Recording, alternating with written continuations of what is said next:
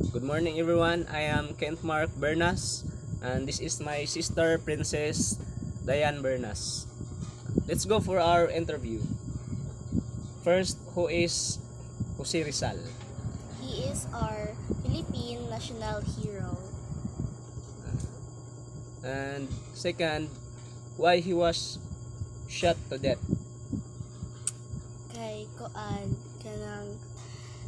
bitaw siya kanang gipasangilan siya ba nga bisag sa Andres Bonifacio ta to ang ipatyon pero siya na lang ang gipatay kay abi nila nga siya bitaw ang kan sa then isa pa nagselo sad sila kay Jose Rizal kay bright manggod siya then kuan ba nay mutuo sa iya mga people mga tao ano.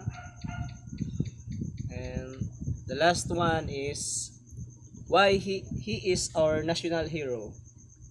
Kay kuan siya dili bitaw siya kanang di siya press kay Andres Bonifacio bitaw nga bloody kayo kanang di bitaw siya kuan dili siya press lang iya bitaw murag iyang i-fight kay mga words then kato yung mga words mag-give sa tag inspirations like kuan ba na pa gyapon to karon yung mga words makita gyapon nimo bisag aha ka ma-learn gyapon nimo kay iyang mga words gabi ka strong so di parehas ni Andres Bonifacio nga gusto gyud nga bloody gyud gusto gyud siya nga kanang mag-away gyud ba gusto niya pagtanggol gyud ang Philippines pero nahipod kay kuan kay Jose Rizal kay katon kay nakuan sad ta tungod sa Espanyol so umantay kaya to kay sundang ra nila kay mga pusilman so di gid ta maka-fight gyud tarong sa ilaha mao nang si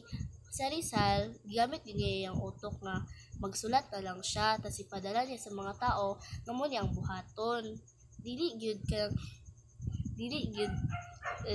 dito di pa siya pa Good. And that's all. Thank you.